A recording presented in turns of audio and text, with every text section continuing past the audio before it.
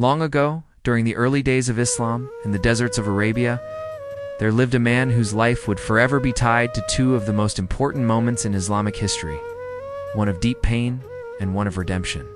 His name was Wahshi ibn Harb. In fact, Wahshi fought against the Muslims, was a slave owned by a Qurashi nobleman named Jubair ibn Mut'im. He was not a companion of the Prophet Muhammad during the early years. After the Battle of Badr, where many prominent Quraysh leaders were killed by the Muslims, including Jubair's own uncle, the people of Makkah were desperate for revenge. Jubair, filled with hatred, offered Wahshi a deal. He promised him freedom, but at a price, told him. If you kill Hamza ibn Abdul-Muttalib, the uncle of Muhammad, you will be a free man. Hamza was not just any warrior. He was one of the bravest, fiercest fighters among the Muslims. He was the Lion of Allah, the uncle and protector of the Prophet, a man loved by the Muslims and feared by the Quraysh. Wahshi, skilled with the spear and longing for his freedom, accepted the offer. He had no interest in the war itself. His eyes searched for just one man, Hamza, and so came the Battle of Uhud. As the two armies clashed and swords rang out across the battlefield, Wahshi stood at a distance, hiding behind rocks and watching. Then saw him. Hamza was fighting with unmatched strength, defeating soldier after soldier. Wahshi waited, quietly, patiently. And when the moment came, Wahshi took his spear, aimed, and threw it. The spear struck Hamza directly, killing him. He had taken the life of one of the most beloved companions of the Prophet, and now he feared for his own life. Men who had insulted him, who had fought against him, who had tortured his companions, and yet he forgave them.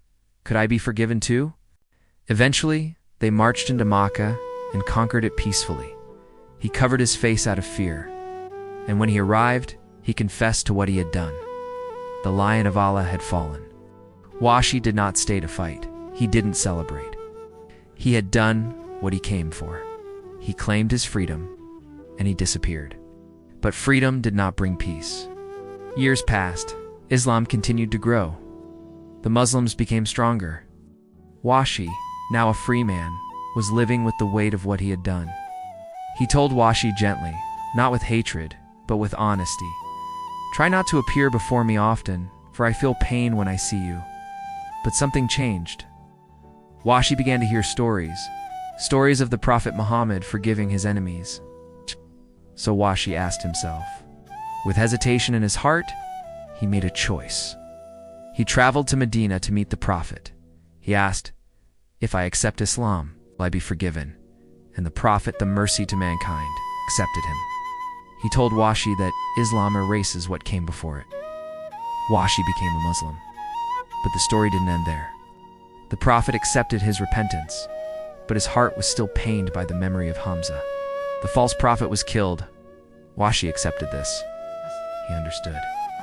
And he lived the rest of his life trying to make up for what he had done.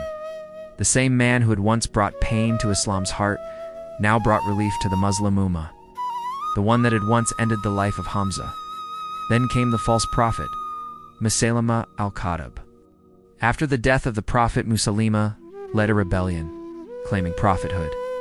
He gathered a large army and caused much bloodshed. A man who went from being the killer of a beloved companion to being a defender of Islam. The Muslims prepared for battle. Among the warriors who joined was Wahshi. He remembered what he had done, and he longed to do something that would bring honor instead of guilt. During the fierce battle against Musaylimah's forces, Wahshi once again picked up his spear. He aimed carefully, and he threw it. It was that same spear. This time, it struck Musaylimah. And so, years later, when asked about his past, Wahshi would say, "I killed the best of men in ignorance. I killed the worst of men in Islam." This is the story of Wahshi ibn Harb, a man who committed a great sin, but found forgiveness. His life is a powerful reminder that no matter how far you've strayed, the door of Allah's mercy is always open. No one is beyond redemption. If Wahshi can be forgiven, if someone with a past like his can change, then what about us? Return to him,